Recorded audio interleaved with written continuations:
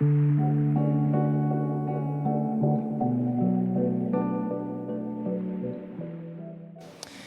queria meditar com vocês hoje, irmãos, na carta de Paulo aos Filipenses, dando sequência a esta série que estamos tratando, especificamente olhar para o capítulo 3. Nós iniciamos, João Paulo iniciou na semana passada o capítulo 3. Hoje nós vamos dar sequência, partindo aí do verso 12. Eu queria que você abrisse a sua Bíblia comigo e deixasse ela aberta, em Filipenses capítulo 3, a partir do verso 12. Enquanto passeamos por esse texto ao longo desse sermão. João, temos quanto tempo? 1h30. Tá brincando, viu, gente? Tem que voltar para o João Pessoa, amanhã é dia de trabalho, então não vou demorar muito não. Irmãos, lá em João Pessoa está acontecendo uma febre de duas coisas. A primeira é de pistache. Tudo agora tem pistache. Pizza de pistache, sorvete de pistache, doce de pistache. Qualquer coisa que você vai, qualquer restaurante de João Pessoa tem pistache. Eu não aguento mais e eu detesto pistache.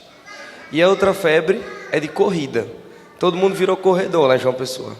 Se você for ali na praia, principalmente nos sábados e domingos pela manhã, todo mundo, de todas as idades, de todos os tamanhos, tem gente que é mais gordinho, tem gente que é mais magrinho, está todo mundo correndo, virou uma febre, todo mundo corre em João Pessoa. Em João Pessoa as pessoas ou estão comendo pistache ou estão correndo, ninguém faz nada diferente. E corrida é um assunto que eu gosto, pistache nem tanto. Mas, por exemplo, o pastor André que veio comigo, nós já corremos diversas corridas juntos. Corrida da Rede Farma, corrida das estações. Meu irmão gêmeo, por sinal, que está aqui, algumas pessoas viram ali na frente, ficaram meio bugadas no começo. Ele realmente é meu irmão gêmeo, tá? E foi ele quem me ensinou a correr. E sempre foi um negócio que eu comecei a praticar e gostei bastante. Mas não é um consenso. Tem gente que não gosta de corrida, tem gente que se machuca correndo, tem gente que prefere não fazer nada. A má notícia para você que não gosta de corrida e você que é crente é que a vida cristã, ela é uma corrida, de certa forma. E Paulo, ele nos convida, todos que são crentes, a correr essa corrida. Eu queria ler com vocês o texto. Como se trata de um texto pequeno, vamos lê-lo do verso 12 até o versículo 1 do capítulo 4. Diz assim: Não que eu já tenha obtido tudo isso, ou tenha sido aperfeiçoado, mas prossigo para alcançá-lo, pois para isso também fui alcançado por Cristo Jesus. Irmãos, não penso que eu mesmo já o tenha alcançado, mas uma coisa faço, esquecendo-me das coisas que ficaram para trás e avançando para as que estão adiante, prossigo para o alvo, a fim de ganhar o prêmio do chamado celestial de Deus em Cristo Jesus. Todos nós que alcançamos a maturidade devemos ver as coisas dessa forma. E se em algum aspecto vocês pensam de modo diferente, isso também Deus lhes esclarecerá. Então somente vivamos de acordo com o que já alcançamos. Irmãos, sigam unidos o meu exemplo e observem os que vivem de acordo com o padrão que lhes apresentamos. Pois, como já lhes disse repetidas vezes, e agora repito com lágrimas, há muitos que vivem como inimigos da cruz de Cristo. O destino deles é a perdição. O seu Deus é o estômago, e eles têm orgulho do que é vergonhoso. Só pensam nas coisas terrenas. A nossa cidadania, porém, está nos céus, de onde esperamos ansiosamente o Salvador, o Senhor Jesus Cristo, pelo poder que o capacita a colocar todas as coisas debaixo do seu domínio. Ele transformará os nossos corpos humilhados, tornando-os semelhantes ao seu corpo glorioso. Portanto, meus irmãos, a quem amo e de quem tenho saudade, vocês que são minha alegria e a minha coroa, permaneçam assim, firmes no Senhor, ó amados. Vamos orar. Deus amado, estamos aqui em Tua presença, ó Pai. Estamos todos de mãos vazias, e nossas mãos, além de vazias, estão todas manchadas pelo pecado, Pai. Nós não temos em nós nenhuma razão pela qual nos gloriar. Por isso nós nos gloriamos na cruz de Cristo, o nosso Salvador, aquele que passeia em nosso meio, aquele que tornou o nosso culto aceitável a Ti. Te pedimos, Espírito Santo, que fales conosco através da Tua palavra. Apesar da minha fraqueza, da minha doença, eu creio que essa mensagem ela é autônoma, ela não depende do mensageiro. Eu creio no Teu poder, Espírito Santo, e eu te peço que Tu fale conosco hoje. É assim que nós te oramos, no nome de Cristo Jesus. Amém. Irmãos, Paulo dedicou a primeira metade desse capítulo 3 para tratar especificamente do momento da sua conversão. Vocês se lembram muito bem, porque foi pregado no domingo anterior. Paulo, ele jogou de lado todas as coisas que ele tinha com que barganhar com Deus. Ele tinha uma relativa obediência à lei escrita, ele tinha uma posição de relevância dentro daquele, vamos dizer assim, clero. Ele tinha obras de santidade. Ele tinha muitas coisas pelas quais ele poderia reivindicar alguma coisa de Deus, até ele conhecer o verdadeiro Deus, e ele entender que não dá para você barganhar com Deus que é santo, santo, santo. Então Paulo, ele abre mão de todas as coisas que ele tinha, e ele recebe gratuitamente a salvação. Paulo desistiu da sua estratégia de tentar se tornar santo por sua própria força, a semelhança do que muitos eremitas têm feito ao longo dos séculos, se trancando em mosteiros, em conventos, tentando viver uma vida de pureza, longe do pecado, se esquecendo que o pecado, na verdade, mora dentro de nós. Como Martinho Lutero usava a expressão, o pecado é aquele hóspede indesejado que está no coração de cada um de nós. Se formos para o mais distante dos conventos, dos mosteiros, lá também estará o pecado para nos acusar diante de Deus.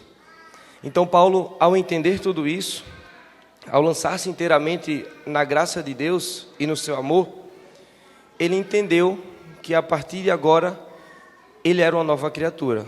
Alguma coisa foi mudada na vida de Paulo. Mas, irmãos, Paulo entendeu outra coisa importante. O evangelho de Jesus Cristo não servia para ele apenas no momento de sua conversão. Ou seja, o evangelho não era para Paulo apenas até ele se tornar crente. Paulo não precisava da graça de Deus apenas para se tornar um cristão, para ser salvo. Paulo também precisava da graça de Deus para prosseguir na carreira cristã. É o que o verso 12 nos diz. Na primeira parte, ele fala assim: não que eu já tenha obtido tudo isso, ou tenha sido aperfeiçoado. Ou seja, ele faz uma referência aqui à sua relação com Deus, de filho, à sua adoção por meio de Cristo Jesus, mas ele fala que ainda existe um longo caminho pela frente. E aí ele continua: mas prossigo para alcançá-lo, pois para isso também fui alcançado por Cristo Jesus. Paulo entendeu, meu irmão, que assim como você e eu, o evangelho não era uma mensagem que iria apenas nos transportar ou mudar a nossa situação de condenados para salvos. O evangelho também era uma mensagem que iria nos preservar nesta condição de salvos até o final. Mas perceba, existe uma caminhada, existe uma corrida, existe um progresso a ser feito. O verbo que Paulo utiliza é um verbo literalmente atlético. É um verbo que faz referência à atividade de corrida como um esporte. Paulo está avançando para essas coisas, prosseguindo para esse alvo. O verso 13 diz da seguinte forma: não penso que eu mesmo já o tenha alcançado, mas uma coisa faço, esquecendo-me das coisas que ficaram para trás, e avançando para as que estão adiante. Paulo aqui ele pode estar se referindo a duas coisas: ou as coisas que ele deixou para trás a fim de seguir a Cristo Jesus, e aqui eu estou me referindo a mais ou menos aquele discurso que o próprio Jesus diz sobre aquele que quiser seguir. Lembre, Jesus não tem onde repousar a cabeça. Você vai ter que deixar alguma coisa desta vida para poder ser discípulo de Jesus. Ou Paulo pode estar também se referindo aqui àquelas antigas obras de pecado, à sua vida pecaminosa, ou às obras do velho homem. Das duas formas, a conclusão é uma só: existe uma mudança. O crente, quando ele é convertido por Jesus Cristo e ele é iniciado nesse esporte chamado corrida cristã, já existe uma mudança. É óbvio, irmãos, que nenhum de nós aqui é o que vai ser um dia. Mas é certo também que nenhum de nós que somos crentes em Jesus, nós nunca mais seremos o que um dia nós fomos. Porque Cristo mudou alguma coisa dentro de nós. Alguma coisa foi revertida. Irmãos, seguindo o versículo 14, veja o que Paulo diz: prossigo para o alvo. Esse prossigo, o verbo atlético, verbo que era utilizado para falar do atletismo, da corrida, nos tempos gregos. Ou seja, é literalmente uma corrida como quem está correndo contra o tempo. Não é um progrido, sabe, levando com a barriga. É um progrido realmente correndo contra o tempo. Existe empenho nisso. Prossigo para o alvo, a fim de ganhar o prêmio do chamado celestial de Deus em Cristo. E o verso 16 nos diz da seguinte forma, 15. Todos nós que alcançamos a maturidade, devemos ver as coisas dessa forma. E se em algum aspecto vocês pensam de modo diferente, isso também Deus lhes esclarecerá. Todos nós sabemos, irmãos, que a vida cristã, ela de fato inicia quando nós somos salvos. Mas não é tão fácil para nós aceitarmos o fato de que, mesmo sendo salvos, muitas vezes nós nos vemos caindo naqueles velhos pecados do velho homem, do nós antes de conhecer a Cristo. Eu imagino que essa não é uma situação que apenas eu passo. Imagino que é comum a todo crente se ver outra vez voltando aos antigos senhores, voltando aos antigos pecados. Mas o que Paulo diz aqui é que Deus, no seu devido tempo, trata o coração de cada crente a esse respeito.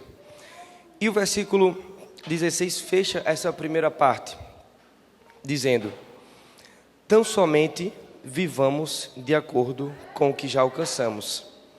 Meu irmão, o primeiro ponto que eu queria tratar com vocês deste sermão diz respeito à nossa necessidade de lutar por santificação. Paulo fecha essa primeira parte resumindo de forma perfeita nesse versículo 16: tão somente vivamos de acordo com o que já alcançamos. O que foi que Paulo tinha, o que era que Paulo tinha em mente quando ele falava esse tão somente vivamos pelo que já alcançamos? A nossa real situação diante de Deus. Irmãos, é sabido que nenhum de nós se encontra aqui neste culto hoje livre de pecado. Todos nós aqui temos falhas, todos nós aqui temos transgressões, mas todos nós que estamos aqui, que cremos em Cristo Jesus, nós somos filhos de Deus, e isso é uma obra consumada. É preciso que nós, irmãos, tenhamos muito claro em nossa mente que existe uma diferença entre justificação e santificação. Existe uma diferença entre você ser um crente que foi justificado em Cristo Jesus e você ser um crente que está sendo santificado. Muitos de nós confundimos essas coisas e isso pode causar sérios danos à nossa vida espiritual. Eu penso, irmãos, que a justificação, ela é uma mudança de estado. Nós saímos de um estado de condenados, de culpados diante de Deus, para um estado de perdoados. Entenda bem, nenhum de nós aqui, irmãos, pode sair deste templo. Nenhum de nós que creu em Cristo Jesus de forma salvadora, com fé, pode sair daqui hoje mais justificado, ou mais perdoado, mais redimido de seus pecados. Não tem como sair mais ou menos. Ou nós somos justificados, ou nós ainda carregamos a condenação dos nossos pecados. Mas isto não é a mesma coisa de santificação. Paulo aqui está apontando para o processo de santificação e falando sim que existe progresso, que existem estágios, que existem várias formas que o crente deve se envolver nisso e lutar para que ele sim se encontre mais santificado diante de Deus. Meu irmão, eu penso que, infelizmente, muitos de nós que somos calvinistas, que acreditamos que o Senhor nos salvou de forma definitiva, muitas vezes damos lugar a um pecado terrível, de acreditar que por causa disso nós podemos seguir a nossa vida sem nenhuma cautela espiritual quanto ao pecado. Eu sinto informar que se há algum de nós que vive dessa forma, estamos apenas enganando a nós mesmos, porque a mesma graça que o Senhor usou para perdoar os seus pecados é a mesma graça que Ele vai utilizar dia após dia para santificar você. Eu gosto da expressão do pastor Heber Campos, quando ele fala que primeiro Deus vai tirar o crente da lama, Ele vai tirar você do lamaçal do pecado, Ele vai tirar você daquela vida, daquele ambiente onde você está completamente rendido ao pecado. Mas depois Ele vai tirar a lama do crente. É começar diariamente a retirar todos os vestígios de pecado que restam em mim e em você. Se esse processo não está acontecendo, irmãos, provavelmente é porque você ainda está no lamaçal do pecado. Se você ainda vive dessa forma, provavelmente você ainda está no lamaçal do pecado. Pastor Joel Bick disse uma frase interessante. Ele fala: é melhor engatinhar na direção correta do que correr a passos largos na direção errada. Com isso ele quer dizer, é melhor, crente, que você olhe para o seu coração e você veja que está havendo algum progresso, nem que esse progresso seja mínimo. Você tem um Salvador a quem você pode clamar, mas não ver nenhum progresso, ou pior, ver regresso, é um sinal de que você infelizmente precisa ainda se encontrar com o Senhor Jesus de forma salvadora, que seus pecados ainda estão na sua conta, que ainda não foram pagos. Irmãos, esse texto também nos mostra que nós precisamos ter e ser referência de santidade para o mundo que está à nossa volta. Eu queria ler com vocês os versos 17, inicialmente, que diz assim: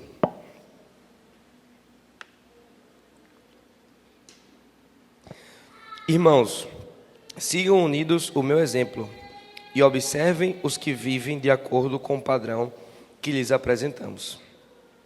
Paulo não está aqui querendo dizer que é perfeito, quando ele fala, sigam o meu exemplo.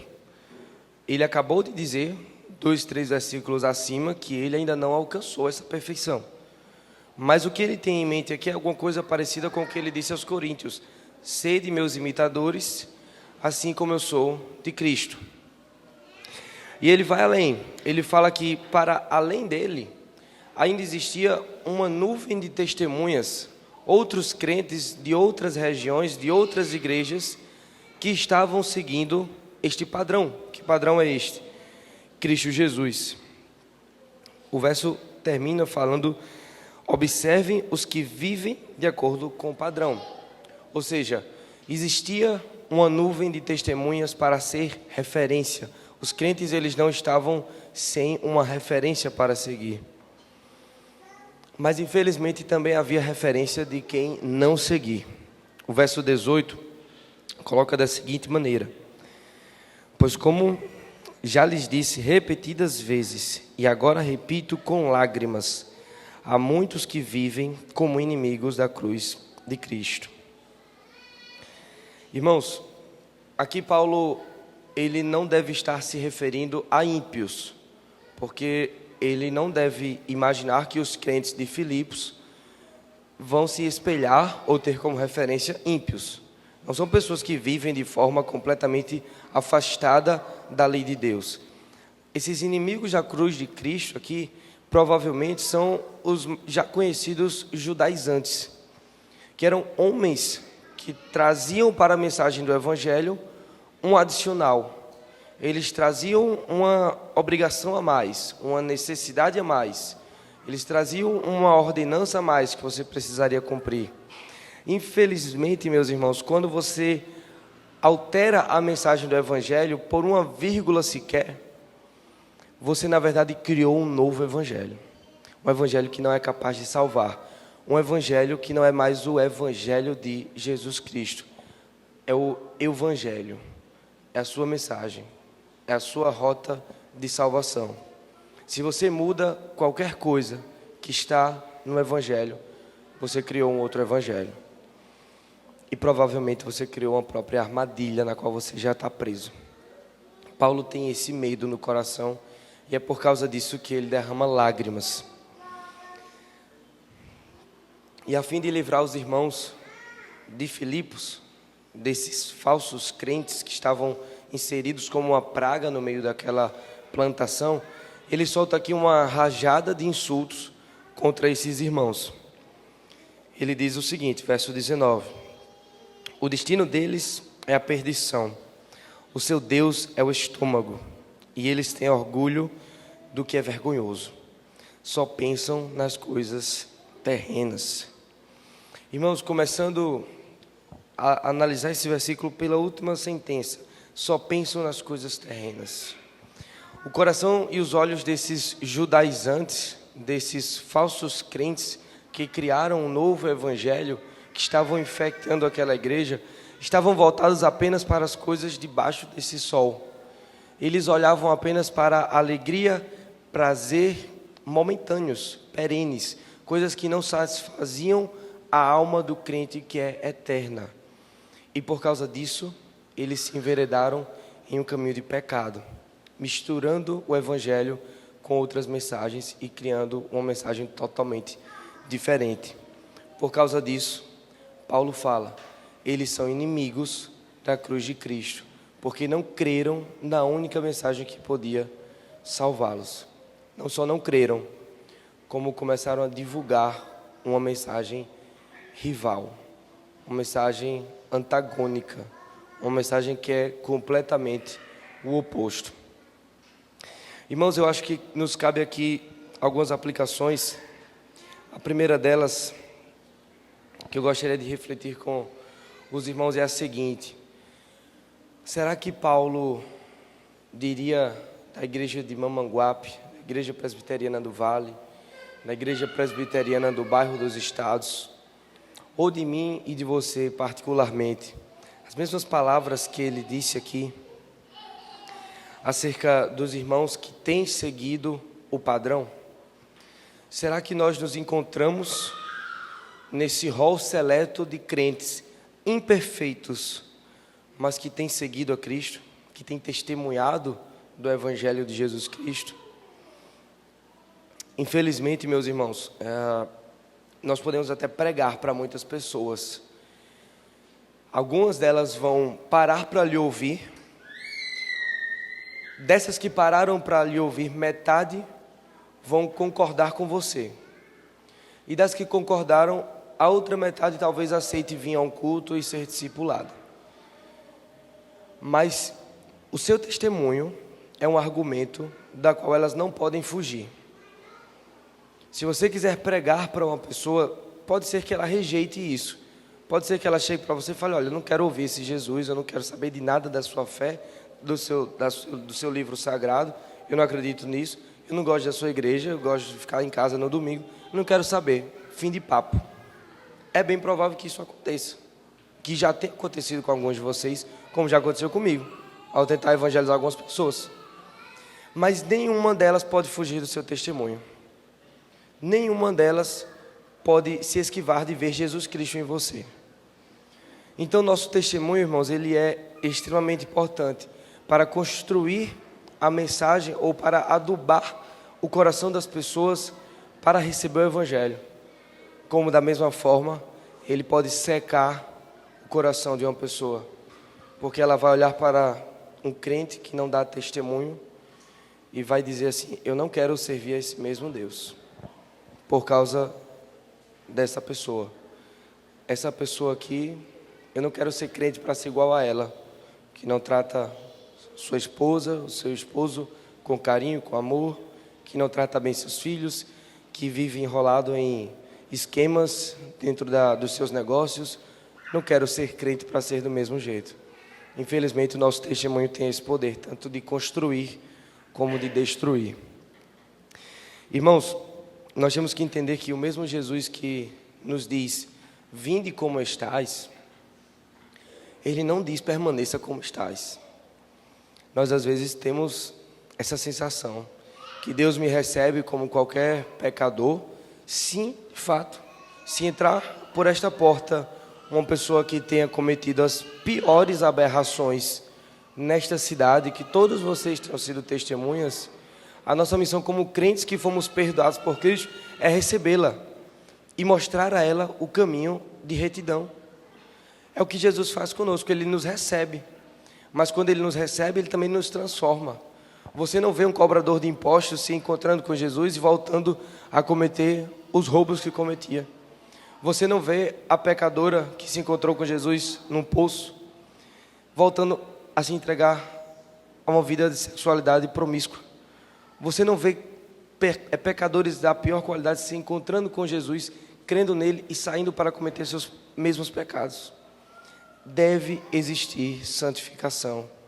Se não existe santificação, meu irmão, temos que ter muito cuidado. Temos que ter um sério medo acerca do estado da nossa alma. Mas, irmãos, aqui eu acho que também cabe uma segunda aplicação acerca desses inimigos da cruz de Cristo. Esse é um tema, infelizmente, muito doloroso de se tratar na igreja evangélica brasileira, porque muitos de nós temos permitido, infelizmente, entrar dentro das nossas casas mensagens, pregadores e pastores que estão pregando uma palavra que é inimiga disso aqui, do Evangelho de Jesus Cristo. Dificilmente, meu irmão, dificilmente você vai ouvir um líder religioso cristão se dizendo em púlpito, eu sou o inimigo da cruz de Cristo. Ninguém vai dizer isso. Ninguém vai dizer, Jesus Cristo não é suficiente. Nenhum pregador que preze por sua reputação vai falar isso. Mas infelizmente, os inimigos da cruz de Cristo do nosso século encontraram formas mais sutis de enganar os crentes. Quando você permite, e aqui eu me refiro a você que é novo convertido, ou que talvez esteja nos visitando, ou que talvez esteja conhecendo os caminhos do Evangelho pela primeira vez. Se você já é crente e já é membro desta igreja, meu coração está bem mais tranquilo. Mas se você está enveredando agora pelo caminho do Evangelho, você talvez já tenha ouvido coisas dessa natureza. Um pastor, um pregador, que chega para você e que fala, que maravilha, Jesus perdoa seus pecados, mas Ele ainda vai lhe dar a sua vitória. Ele ainda vai dar a sua bênção. O que é seu está guardado. Jesus vai trazer aquela sua bênção, aquela vitória que você tanto está orando, Deus vai trazer. Sabe aquilo que você está pedindo a Deus, Ele vai mandar. Aquela casa nova que você tem sonhado, o seu carro novo, o seu emprego novo, tudo isso Deus vai mandar. Deus vai mandar todas essas coisas para você. Ele vai lhe fazer próspero.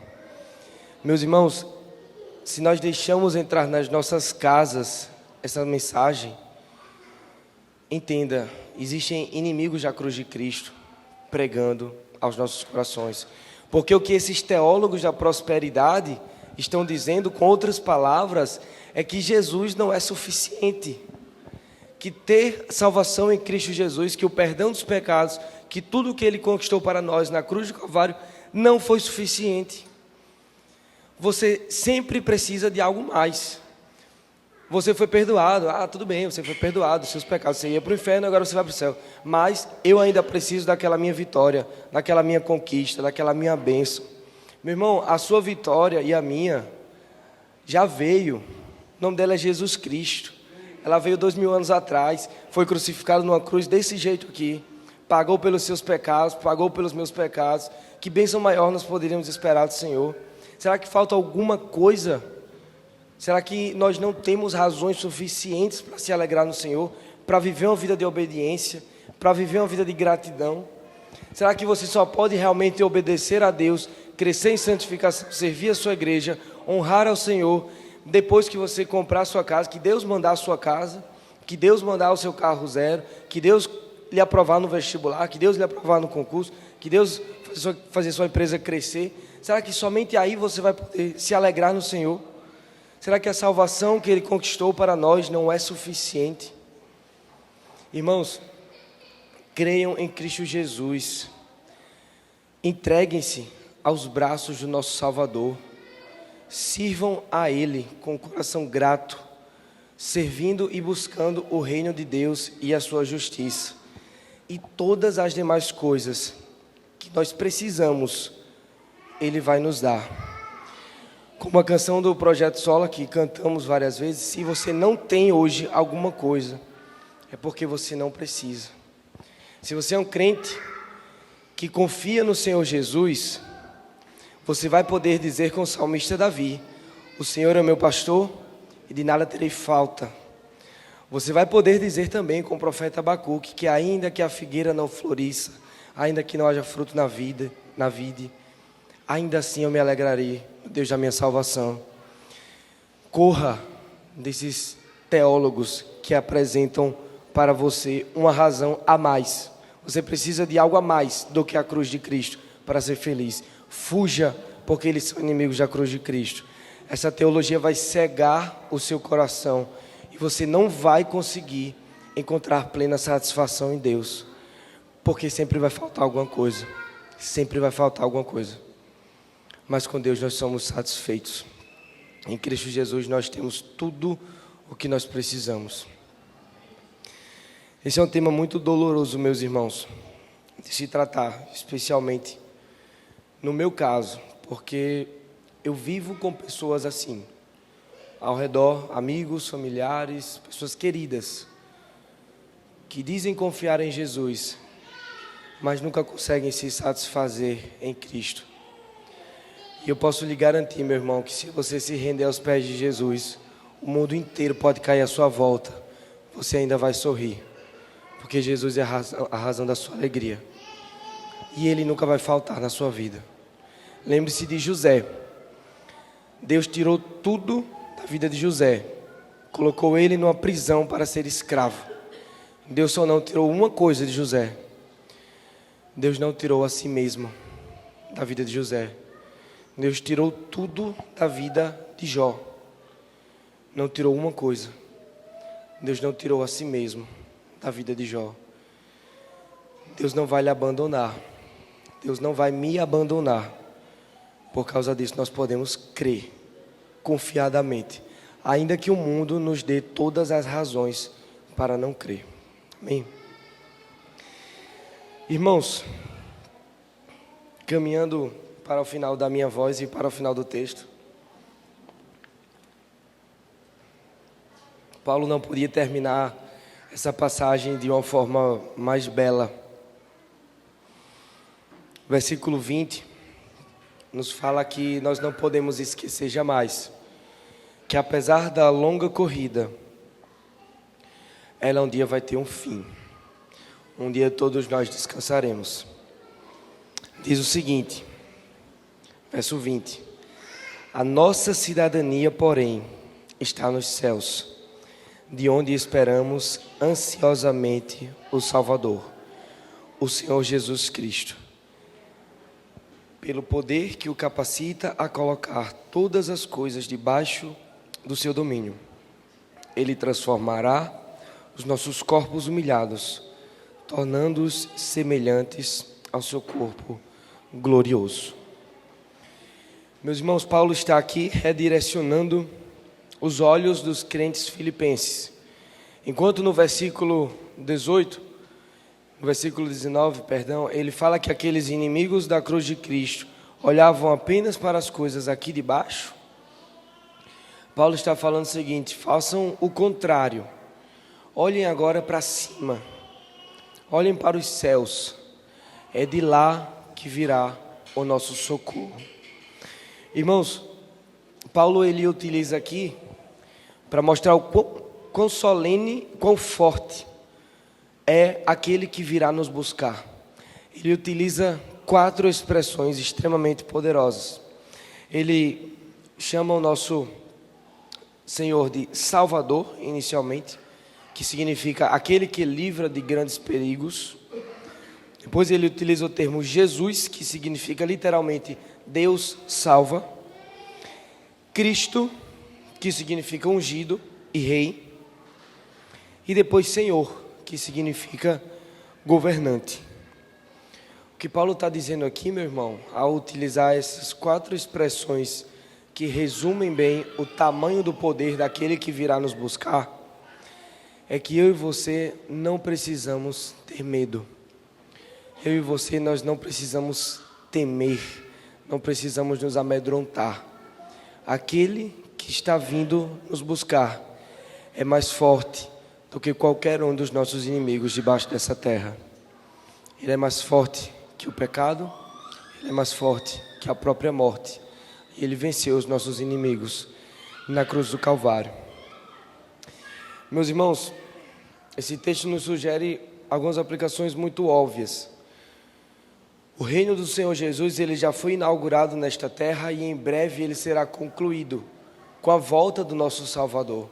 Ele virá para buscar a mim e a você, a toda a sua igreja que está espalhada na face da terra. E de uma vez por todas, todos os demais reinos ruirão, e apenas um reino reinará para todo sempre, o reino de Deus. E a minha pergunta, irmãos, tendo isto em mente, é qual é o reino pelo qual eu e você nós temos gastado esse pouco espaço de tempo chamado vida que Ele nos deu? Será que nós temos gastado a nossa vida inteira para servir a um reino que está com dias contados, que é o meu reino, que é o seu reino, que é o nosso reino? Ou será que nós temos gastado os nossos dias para servir um reino que jamais terá fim? Irmãos, se você é discípulo de Jesus Cristo, se você é um servo do reino de Deus, tudo o que você tem, exatamente tudo, deve servir para fazer mais discípulos. Deve servir para crescer o reino de Deus nessa terra. O seu trabalho é para você ter recursos para investir no reino de Deus. A sua casa é para você receber pessoas e investir no reino de Deus.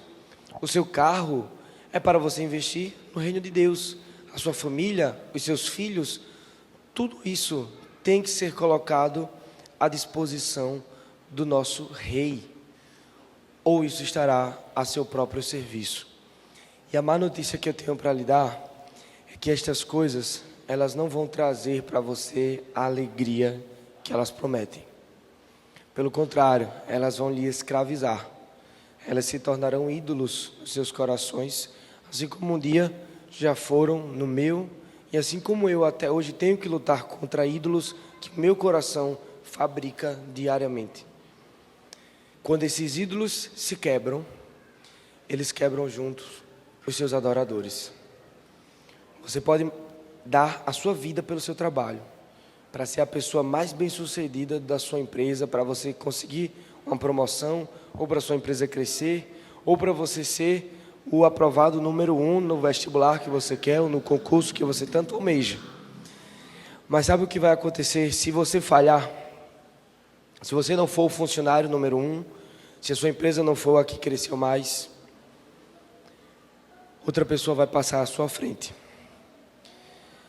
E quando isso acontecer, aquela vaga de promoção que você tanto almejava vai ser preenchida por outro.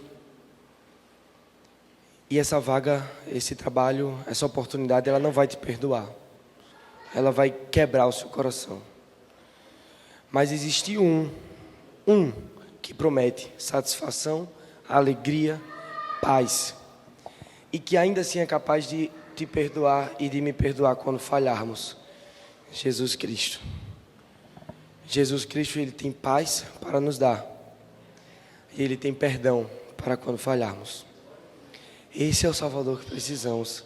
E esse é o Salvador que virá nos buscar, meus irmãos. Irmãos, eu também quero trazer aqui uma palavra para você que, assim como eu, tem lutado contra pecados e que muitas vezes tem perdido batalhas e tem se ferido e tem se machucado na luta contra o pecado. A ponto de às vezes pensar em desistir, a ponto de às vezes pensar em, se render, porque não aguenta mais lutar contra o pecado, não aguenta mais ter que enfrentar os seus próprios demônios todos os dias e às vezes perder. Irmão, lembre-se hoje, eu e você precisamos nos lembrar disso, que o nosso Salvador Jesus Cristo venceu na cruz do Calvário. Ele desceu daquela cruz, ele foi ressurreto, ele não ficou morto, ele saiu daquela tumba, ele venceu os nossos pecados. Se o nosso Jesus tivesse ficado preso naquela cruz e depois esquecido naquela tumba, eu e você tínhamos todos os motivos para estar em desespero agora. Mas nós não podemos nos desesperar, porque o capitão da nossa salvação venceu. Jesus Cristo ressuscitou. Ele venceu e Ele restaurará o seu povo. Ele um dia trará fim a esta corrida, meu irmão. Um dia todos nós, não somente a Igreja Presbiteriana no Vale, também a IPBE, também todos aqueles que creram em Jesus Cristo como seu Senhor e Salvador, um dia estarão cultuando ao Senhor eternamente, em um culto muito parecido com esse. Estaremos diante da palavra de Deus, não mais em papel. Dessa vez ela estará na nossa frente. Mas tem um elemento, meu irmão, desse culto, que ele não acontecerá no céu. E isso é motivo para você glorificar o Senhor. Lembra o que fizemos depois do louvor? Tivemos um momento de confissão de pecados. Não teremos isso no céu, meus irmãos. Nossos pecados terão ficado para trás. Não haverá mais pecados para confessar. Não entrará um pecado sequer no céu, porque a obra que Cristo começou, Ele terminará em nossos corações. Isso é motivo para nos alegrarmos. Isso é motivo para fazer você dobrar os seus joelhos, agradecer a Deus e você aguentar lutar mais um dia contra o pecado. Isso é motivo para fazer você acelerar o seu ritmo na sua corrida com a santificação. Isso é motivo para você tomar decisões e fazer guerra contra o pecado. Às vezes eu me policio e vejo, poxa, eu faço guerra contra tantas coisas. No meu trabalho, eu faço guerra contra algumas coisas. Na minha casa, eu faço guerra contra outras. Na sociedade, principalmente quando a gente está em ano de eleição, a gente faz guerra contra a corrupção, contra desvio de verba, contra um monte de coisa.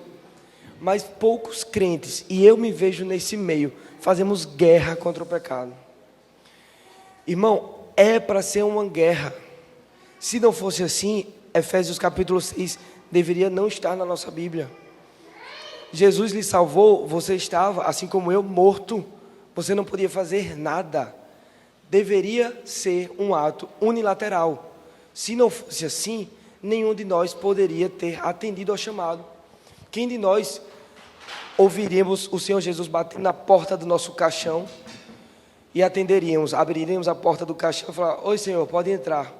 Estávamos mortos, não tinha como fazer nada, mas agora em Cristo Jesus nós estamos vivos, e o Senhor nos deu uma espada, o Senhor nos deu um escudo, Ele nos deu uma couraça, Ele nos deu um capacete, Ele está nos enviando para uma guerra.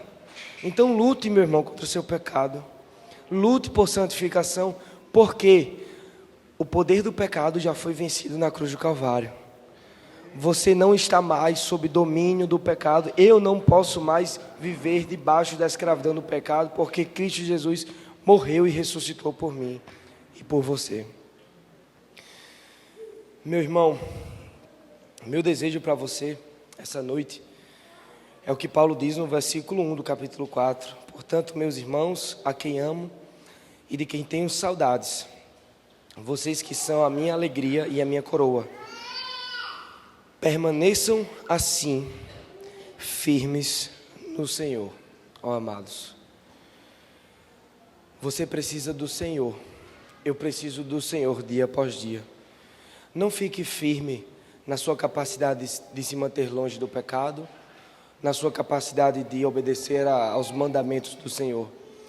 Fique firme no Senhor, que cumpriu por você toda a exigência da lei.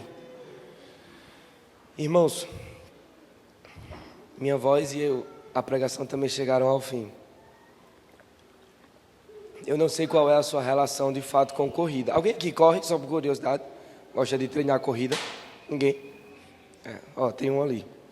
Daqui a pouco essa febre chega em Mamanguape também. Eu não sei de fato qual é a sua relação com corrida. Mas eu queria falar para vocês da relação que Jesus teve com a corrida um dia. Um dia Jesus Cristo fez uma prova de corrida por mim e por você. Lá em João Pessoa a gente costuma correr na orla de Cabo Branco. Bem asfaltada, bem legal de correr. Por mim e por você, Jesus Cristo correu uma prova em uma rua chamada Via Dolorosa, em Jerusalém. E ele não correu sozinho, com um tênis de corrida bem legal. Ele correu descalço, sem roupas e carregando uma cruz. E o que acontece quando a gente chega no final de uma prova de corrida é que tem uma torcida, pessoas que nem conhecem você, aplaudindo, lhe elogiando, lhe dando aquela motivação. Vai lá, falta pouco, muito bem, meus parabéns. Com Jesus não foi assim.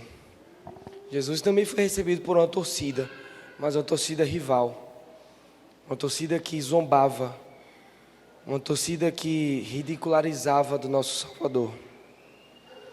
Quando os corredores vão bem na corrida, eles sobem em um pódio, eles ficam numa posição elevada entre dois outros competidores, pessoas que também foram muito bem. Jesus também subiu num pódio, mas era um pódio que se parecia mais com uma cruz. E ele não ficou no meio de dois bons competidores, ele ficou no meio de dois pecadores, que nitidamente podem ser eu e você. Quando nós subimos naquele pódio, sabe o que é que recebemos ao final da corrida? Um troféu. Mas por amar a mim e a você, Jesus Cristo recebeu uma coroa de espinhos. Jesus Cristo correu uma corrida muito dolorosa por amar a mim e a você. Essa história seria muito triste se ela acabasse aí. Mas esse mesmo Jesus, ele ressuscitou dentre os mortos. E ele prometeu que viria nos buscar. E existe uma última corrida, irmão, que eu e você vamos correr. Que essa é a corrida que eu mais anseio. E aqui eu peço de coração que seja também a corrida que você mais anseia correr. No dia que Cristo descer dos céus com a nova Jerusalém, que ele abrir os portais do esplendor, e ele disser as seguintes palavras para nós: vinde, ó benditos de meu Pai, possuir o reino que foi preparado para vocês. Nós vamos correr muito rápido. Até vocês, irmãos, que não gostam de correr, eu tenho certeza que vocês vão correr nesse dia para os braços do nosso Salvador. Então faça isso hoje.